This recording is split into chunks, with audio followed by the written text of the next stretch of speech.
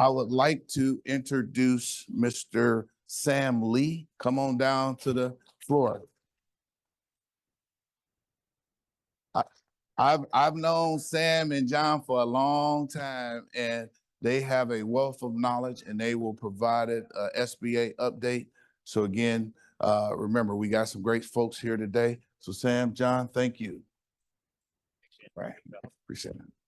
Good morning, everybody. I'm not sure that we can match Shannon's energy sitting down, but we'll do our best. We do have some questions for you as we go through, because we have proposed regulations that may be coming out soon. Jackie Robinson Burnett mentioned one of them. So pay attention, give us feedback on what you think we should say in these proposed regulations, how you'd respond to them. What we're going to do in this session is go through recent executive branch, legislative branch, and SBA and FAR updates. I'm Sam Lee. I'm the policy director of policy and planning for SBA. I'll let John introduce himself. So I'm John Klein, the Deputy General Counsel at SBA, and also the Associate General Counsel for Procurement Law, all of the procurement programs that Jackie's in charge of and Sam works with.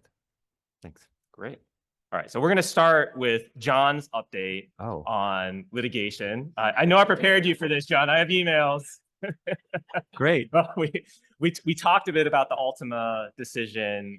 Anything new on that? Anything people should know on Ultima? So you all know about Ultima. I'm sure you've heard it several times. Let me just tell you the fine points, just so you know.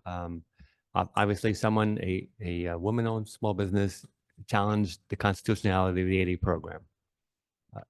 The judge initially in July of last year issued an order saying that the program as a whole was constitutional. Yay, that's a good point. Make sure you remember that the program as a whole is constitutional.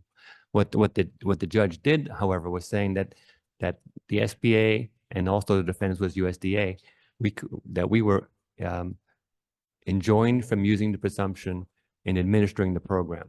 So SBA was first put out there. What do we do immediately to fix this? We need to. We're in the middle of the fourth quarter. As you know, the fourth quarter event of the federal fiscal year is a very important fiscal part of the year. Most of the dollars are obligated during that time frame. So we were in a predicament. We had to convince procuring agencies that we were committed to making this happen and making the program work in that fourth quarter. So what we did was yes, it applies to all new applications. And the question became, did it also apply to current participants in the program? And we felt with the Department of Justice that it did, because it said we were enjoined from administering the program. And we administered the program in the awarding of contracts. So every 8A firm that was in the program at that point in time had to be re-establish their eligibility based upon a social disadvantage narrative that was put into effect. SBA in the last quarter of that fiscal year did over 850 social disadvantage narratives. That's pretty impressive. In that short amount of time between July and when we figured out September 30th, we did 850 or more social disadvantage narrative determinations to ensure that no contracts were denied to 8A firms. That's the key right there. We ensured that no contracts were denied. The procuring process wasn't affected, and firms got the work that they were entitled to. That was important. So where are we now with that case? We would like to know the answer ourselves. That we've not heard back from the judge since there was a hearing at the end of August, and since that date we've heard nothing. You know, we expect a ruling shortly, but then we've been expecting that for a while. Me personally, I think that if the judge thought we had done something incorrectly, I think he would have acted more quickly. But SBA being proactive and saying that we're eliminating the presumption in the program and ensuring that the program as a whole is constitutional and works that way, I think that is good for us, and I think that will hopefully make us the decision be affirmed once it finally happens. You know, the other part of that, what we didn't talk about, the ANCs and tribes, we excluded from that process. We thought that they were not included because, again, we were enjoined from using the presumption of social disadvantage. The tribes and ANCs and HOs do not use the presumption of social disadvantage at any point in their participation in the program. So we thought they were outside of that process. We also said it didn't apply to any contracts that were currently had been awarded previously. We don't again check disadvantaged status prior to an option year, or prior to a modification. So we felt that all previous contracts, we didn't have to do that. So if you were on a multiple award contract prior to that date, you wouldn't necessarily have to ever, and you had graduated from the program, let's say that was the case, you wouldn't have to have re-established your disadvantage for any competitively awarded order off of that vehicle. That's important as well. Sole source is a different issue because we do look at social disadvantage in that context, but all of those competitive awards were fine. So I think we are in a place right now, we think we're good. There was a case called Hurlheiser out of the Eastern District of Virginia. It was similar to this case. The plaintiff in that case was a service disabled veteran who had applied to the 80 program on a non-presumed group basis. He put in his narrative. He failed that case. He appealed it initially to SBA's Office of Hearings and Appeals. The Office of Hearings and Appeals ruled in SBA's favor. He did not meet the standard. So he appealed that he brought that case in the Eastern District of Virginia, and the Eastern District of Virginia just upheld our position. They dismissed it, saying, you're saying that the presumption adversely affected you, but SBA has already taken the presumption out of the program and it's operating right now. Therefore, you have nothing to complain about, and they ruled against him. So that's great. Also, that was the second case. That's a good case in our way. The other side, that person has now appealed that decision. We have not had briefs filed in that case, so we don't know what they're saying in response of why the decision was wrong. But we certainly will follow that as it goes forward as well. You want to talk about the other cases as well? Jackie mentioned the ANC case that was at the Court of Claims. That case was also recently dismissed because it was dismissed on contract basis, not on the constitutional basis. The agency involved actually withdrew both the award of the contract and the orders, and therefore they canceled those things in the contract dispute at the Court of Claims went away, and therefore the whole constitutional issue went away. So for now, we're okay with that issue. But as Jackie said, we're in the process of constantly being challenged, is the right word, exactly right. Challenged at every step along the way. So, and it's not just us. There's a case that just MBDA's DBE program. You've heard about that as well. They were challenged in Eastern District of Kentucky, which is the same circuit as the Ultima case. So they're trying to find a case that's similar to ours, and that has not been decided yet, but I'm pretty sure that they'll come out the same way that they did with our case, that the presumption will have to go away in that case as well. The difference in the DBE program, as you know, is that women are also presumed a group in that program and not in the SBA's program. So that might be a little bit different. We'll see how that comes out in the court, but that's also finally there. And the last one that maybe Sam can mention as well more than I, is that there's a recent case with MBDA. MBDA was found that they couldn't just give services to minority businesses. They had to open it up to all. But as Sam was talking to them, they have a difference of opinion of what that meant. Tell us what that. MBDA, Minority Business Development Agency, is an older agency in practice, but in statute, it's only a couple years old. So Congress just a few years ago created a statute establishing Minority Business Development Agency as a statutory entity under Department of Commerce. And the statute that created MBDA, the statute from a couple years ago, establishes it for the purpose of assisting racial and ethnic minorities. There's a separate part that has been the practice of MBDA for decades of creating a presumption similar to the one that SBA used for the 8A program that finds people in these identified groups to be socially disadvantaged. The case that came out recently, Newsyard is the name of the case, was covered by Washington Post, New York Times, that sort of thing, decided that the presumption violates the Constitution in the same way that the Ultima Services judge in Tennessee said that the presumption violates the Constitution. So in response, MBDA has reportedly adjusted their application when you walk into an MBDA center. This affects centers that MBDA has around the country where you as a business owner can walk in, get help with, say, your business plan, finding contacts, technical assistance. And there was an application that MBDA used when somebody walked into those centers. So this case has reportedly affected the way that MBDA expresses that application, similar to the way that SBA has an application for the 8A program, and after the Ultimate Services decision took the presumption out of that application for the 8A program. However, MBDA still has in their statute that language from just a couple years ago about serving racial and ethnic minorities, and they are going forward with being open for business under that purpose.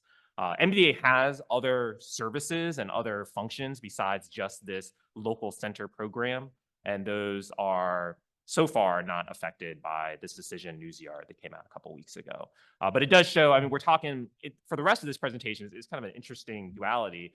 You know, we're talking, and Jackie Robinson Burnett mentioned it, there's a push for goals and disaggregated data, serving minority and underserved populations through the power of government. And you have on one side that push with trying to reach these goals and get more contracts out to underserved firms versus what's happening in the courts with decisions in Ultima, Newsyard, and potentially we'll see something out of that Mid-America Milling Company case out of transportation. So the courts seem to be pushing in a different direction than what agencies are doing within their administrative capacity. And as Sam said, we're going to continue to see these attacks. MBDA, only one prong of the two were attacked, and they're trying to say that the second one is still open. I find that to be disingenuous on their part. I mean, I can't believe that DOJ in fact allowed them to say that the second program is still there. But that's their argument for now, which is fine. But that too will be challenged. Again, our ANC part of this of the program was that case went away. We expect that to be challenged as well. These challenges will continue until the program is settled, and once that happens, we hopefully will continue to go forward with the constitutional program as it is at that point in time. So speaking of goals, we'll talk a bit about things coming out from Congress and the White House and SBA, and the big change from Congress, which passed the National Defense Authorization Act 3 months into the fiscal year, for the fiscal year, is to change the goal for working with service-disabled veteran-owned small businesses. So I saw a number of people raise their hands as veterans, and Congress is really pushing agencies to spend more and more with service-disabled veteran-owned firms, both at the prime level and at the subcontracting level. So that increase that you see in 863 is both for prime contracting and subcontracting. The last year that we have data for is 2022, or public data for is 2022. And agencies spent about 4.7% with service-disabled veteran-owned firms. Congress wants that to go up to 5%. And agencies are in fairly good position to do that. What might be more difficult is to find firms to subcontract with. And to compound that difficulty in finding firms to subcontract with, because agencies don't even meet a current 3% or the previous 3% goal with subcontracting, Congress also required that SBA and the government as a whole end the practice of allowing service-disabled veteran-owned firms to self-certify for the purposes of qualifying for subcontracting. So this requires a little bit of background. Up until, gosh, was it just last year, 2023, January 1st of 2023, veteran-owned businesses were certified by the Department of Veterans Affairs. So it was VA that would certify veteran-owned businesses, service-disabled veteran-owned businesses. And SBA took over that certification program January 1st, 2023. So for the past year and 4 months, any veteran-owned firms that wants to get a certification from the government to qualify for set-asides or counting toward goals would have to come to SBA to get that certification. Well, SBA has done a pretty good job at certifying firms. We have over 20,000 firms that are in the veteran-owned database right now. There's very high customer satisfaction with SBA's certification program. So Congress decided we're just going to get rid of the former process entirely. The former process was you would go to VA if you wanted to qualify for VA contracts. Otherwise, you would self-certify. Basically, you just check a box saying you're veteran-owned. Well, you see it there on the slide, starting December 22nd, 2024, which is just the 1 year after Congress passed the statute, there will be no more self-certification for veteran-owned small businesses. You won't self-certify for prime contracts. You won't self-certify for subcontracts. It's all certification through SBA, as Jackie Robinson Burnett mentioned. There will be an SBA portal that combining certifications coming up soon. Right now, you go to the VetCert platform, veterans.certified at sba.gov to get that certification. What does this mean? It puts some pressure on the prime contractors that need to find veteran-owned businesses, service-able veteran-owned businesses specifically, to meet their goals and their subcontracting plans. Prime contractors have subcontracting plans that have percentage goals in them. A lot of the subcontracting plans have what used to be 3%, now it's 5% for subcontracting. And prior to this statute, the prime contractors could use self-certified firms. Basically, a firm came to the prime contractor and said, I'm service-able veteran-owned. Prime contractor would be able to say, okay, this firm counts toward my goals. As of December 22nd, 2024, that will not be the case. The firms will need to be certified by SBA to count as service-able veteran-owned. So the key there is what Sam was saying. Obviously, for any SDVO set-aside, you must always have been certified in the last few years. However, if you were just getting a small business set-aside and you check the box, I'm also a service-disabled vet, the procuring agency could have gotten credit as a service-disabled vet award as well. That will not be the case any longer. And as Sam said, the important part really is with the prime contractors, because many subcontractors aren't even on SAM.gov. But now, in order to be certified by SBA, you have to go through SAM.gov. So some of those subcontractors that previously just self-certified as a subcontractor for many primes will now have to be certified in SAM.gov and then go through the certification process at SBA. Yes, and we expect that before this December 22nd, we'll have a lot of firms trying to certify, trying to get through the application process. It shows Congress's trust and confidence in SBA certification process. So we'll be ready for them as they come through as we get to that December 22nd date. A couple more changes that I'll mention quickly. Small business subcontractors are an emphasis of Congress right now. They want to get more subcontractors through getting paid. So prior to this statute 862, the prime contractors were required to pay small business subcontractors within their invoicing time or else report to an agency if they were late within 90 days. So 90 days past invoice, the prime contractor would have to report to the government that they are late in paying. Now that's changed to 30 days. So if you're late, you're prime. Thank you. I will pass that on to the congressional staff that made this statutory change. Tell them this got the endorsement of the HHS audience. But small business subcontractors will get paid, not necessarily on time, but at least within 30 days, or else the prime contractor will get in trouble and potentially have their past performance affected.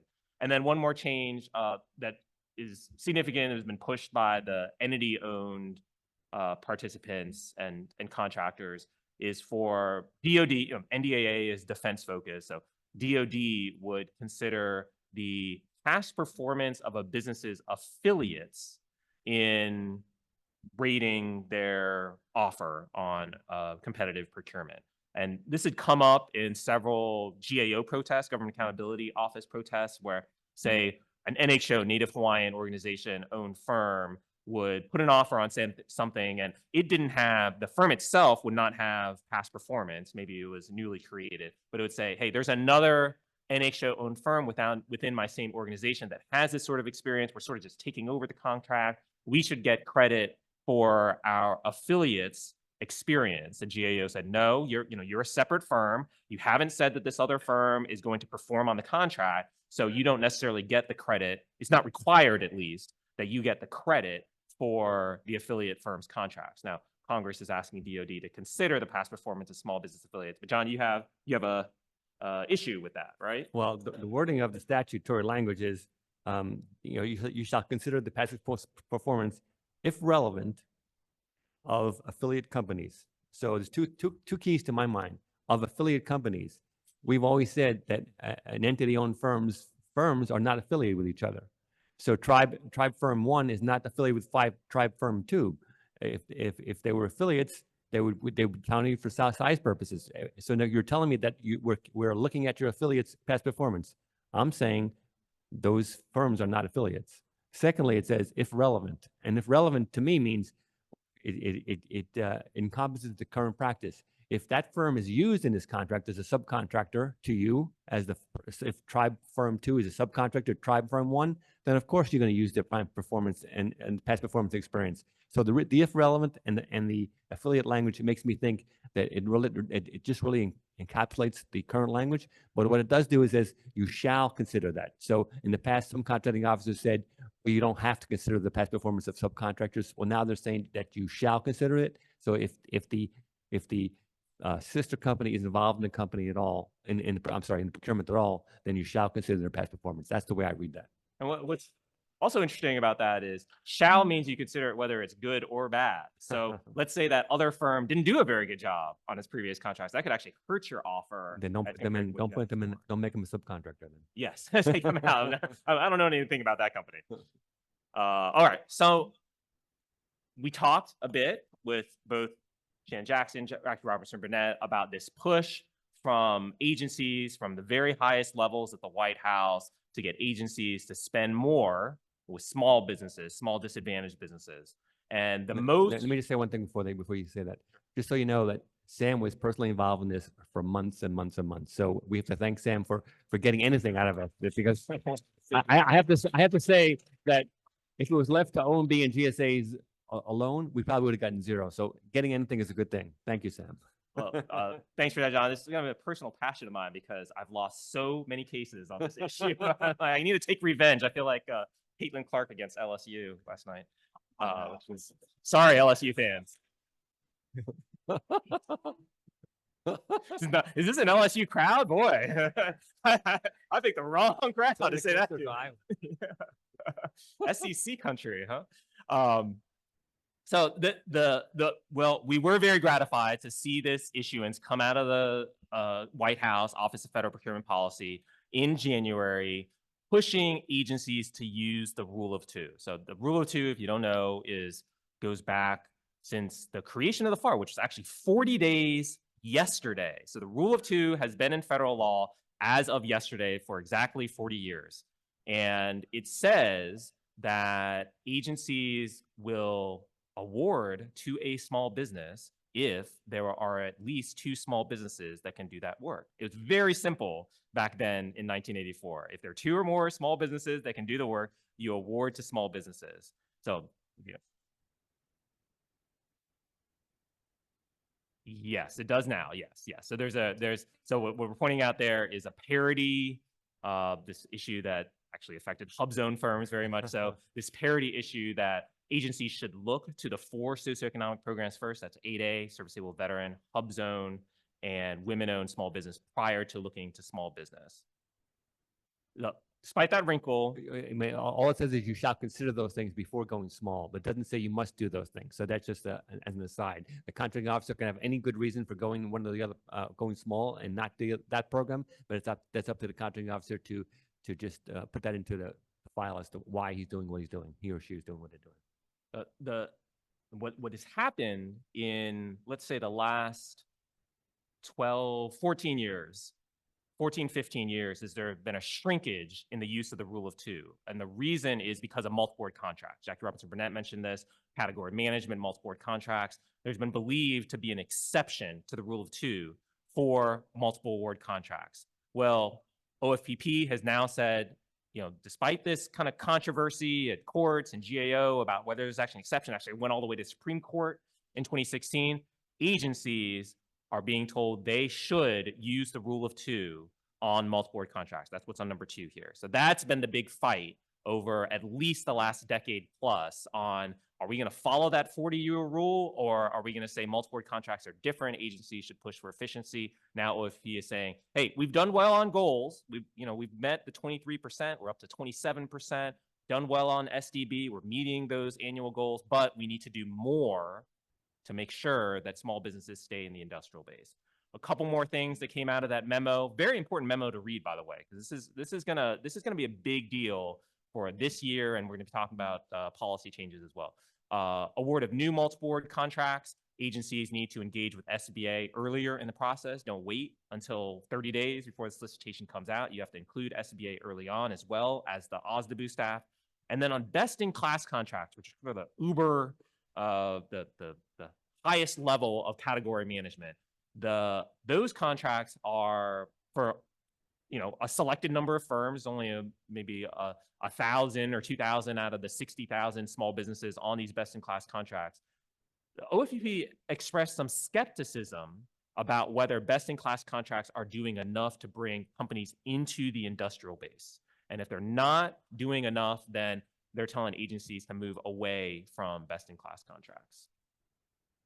I'm gonna skip through. Guys, on the rule of two issue, just as an aside, SBA has drafted a proposed rule to implement that provision. It'll be going over to OMB in the next few weeks, we hope. The one thing we ask in that context, we certainly propose to implement the rule as talked about in the White House memo, but we also ask for comments specifically into whether we should go further, because there was a Court of Claims case that said the rule of two should be looked at first before you decide the vehicle to use. The White House memo talked about you can pick a vehicle and then apply the rule of two. So if there's no small businesses on that vehicle, you don't have to go small business in that context, even if there's many small businesses who could do that work outside of that vehicle. We think that Tolliver decision of the Court of Claims is a nice decision. We'd love to hear comments as to whether that should be implemented in this rule as well. So John, since you're on that, I'm going to skip over to that proposed part. Okay. Oh, no, actually, I don't have a slide on that. So there's another rule that may be coming out soon with some big issues that are getting teed up. And I want to give you a chance to talk a bit about that in case there's some feedback from the crowd. Well, I don't always like to talk about a lot of proposed rules because, oh, sorry. we didn't prepare this. Only because I don't want it to be torpedoed along the way, if that's possible. But one of the concerns we've heard about recently is that on these multiple award vehicles like STARS 3, yes, individual small businesses may get on there, but there's also all these mentor project joint ventures are on there, and we hear more and more how the orders are being awarded or issued to the joint ventures and not to the individual firms. That's concerning to SBA, and we are considering how to try to resolve that situation. It's not clear how we will do that, but one possible way is maybe we would say that joint ventures wouldn't be eligible in the future for multiple award contracts. That's just something we're thinking about. We don't know where we are in this context, but again, the point of a joint venture is to be able to get you. You can't do this contract yourself, and we're trying to get you to the point where you can in the future. But if they're overtaking all individual firms, so individual firms can't win by their own in the future, that's problematic. So we're considering how best to address that going forward. That's great. So watch out for two big potential policy announcements from SBA in the next few months. One on the rule of two, and the second with this issue with joint ventures and other potential changes as well within that socioeconomic area. I'll wrap up here and see if there's any time for questions, but the main focus at SBA talked about the rule of two, the goal changes, a few other things. We've changed the surety bond limits and increased those. So if you're a construction firm, you can now qualify for a $14 million surety bond from SBA, which was just $10 million as of February. So we changed that effective last month to $14 million for construction firms. It's a big jump for those firms that are seeking potentially, the infrastructure-led spending from DOT.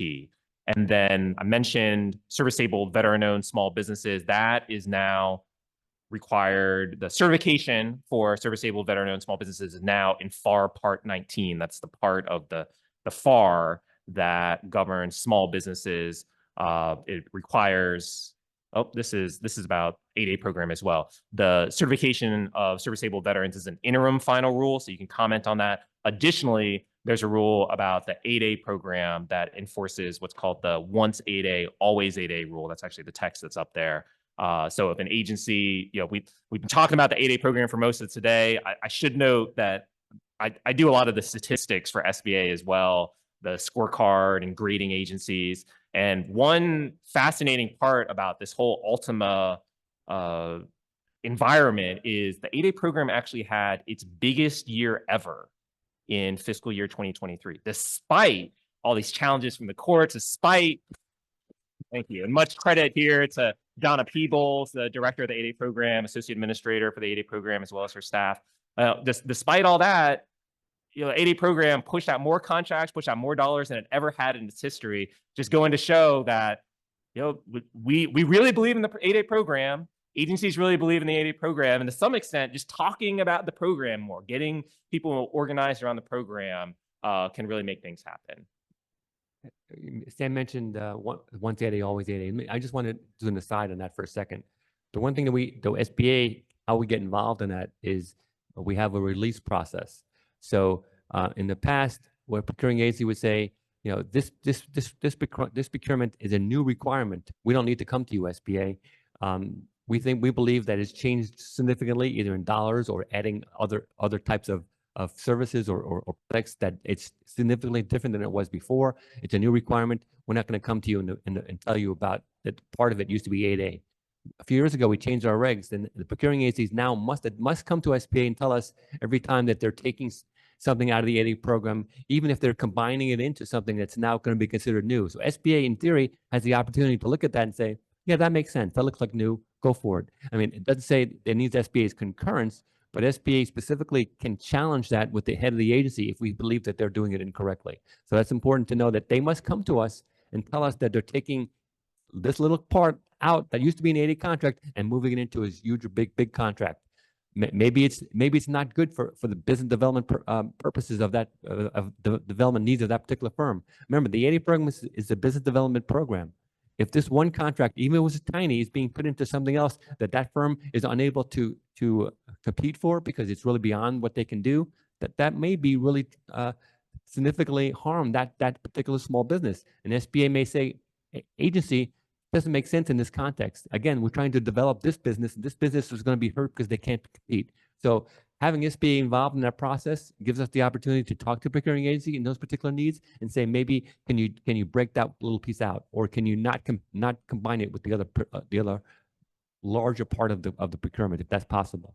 Again, if we think that it's not a new requirement, we can in fact appeal that to the head of the agency. So that process is good. We now find out what is being taken away from the program that's supposedly new.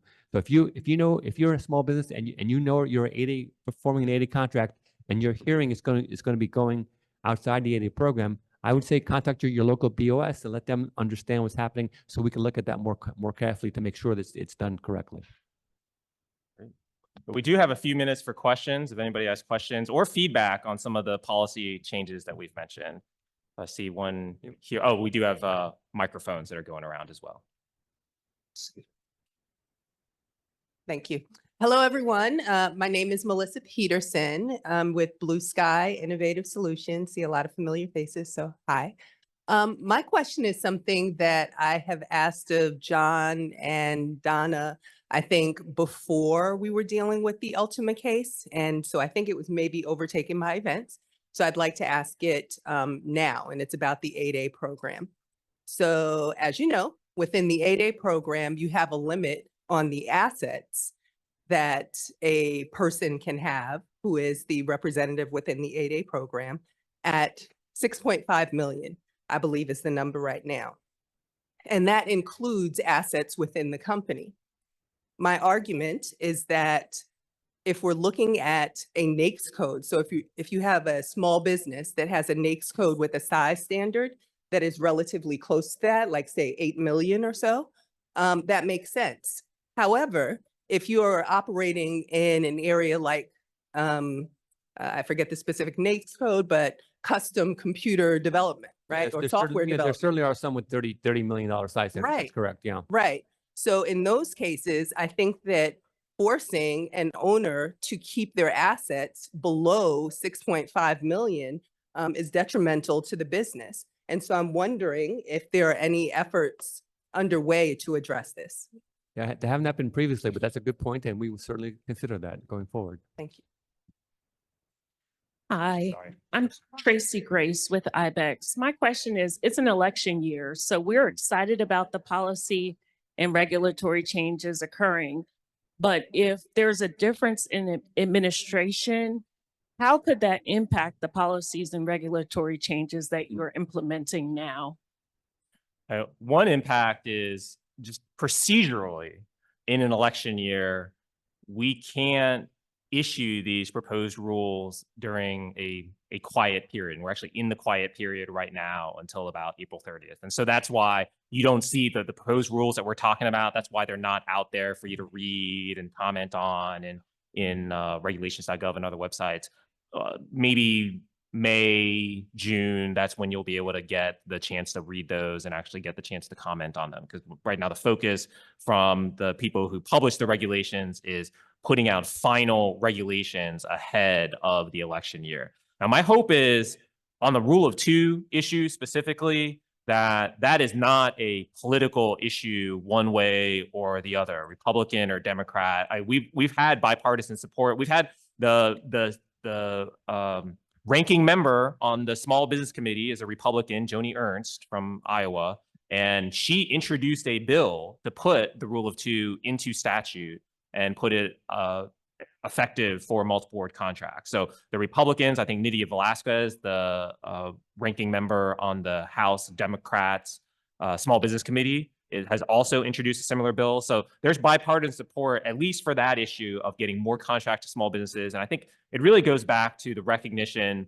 from both sides that the small business industrial base is shrinking. It's shrunk. You've heard 40%. That's the statistic for the past decade. You know, if you go even further back, you get half of the firms not being in the industrial base anymore. And that affects American competitiveness. It affects the defense, Department of Defense readiness, and it affects public health, which is why we're here today. So I don't think those issues will be political. I mean, some of these things like the goals can potentially go back and forth, but those goals are starting, as we saw with service-able veteran-owned, to be ingrained in statute, and that's much harder to change. But you're right. With the new SDB goal going to 15%, could that change? That could change in theory, but we don't know the answer to that. But even before that change was made, we were getting close to that number anyway.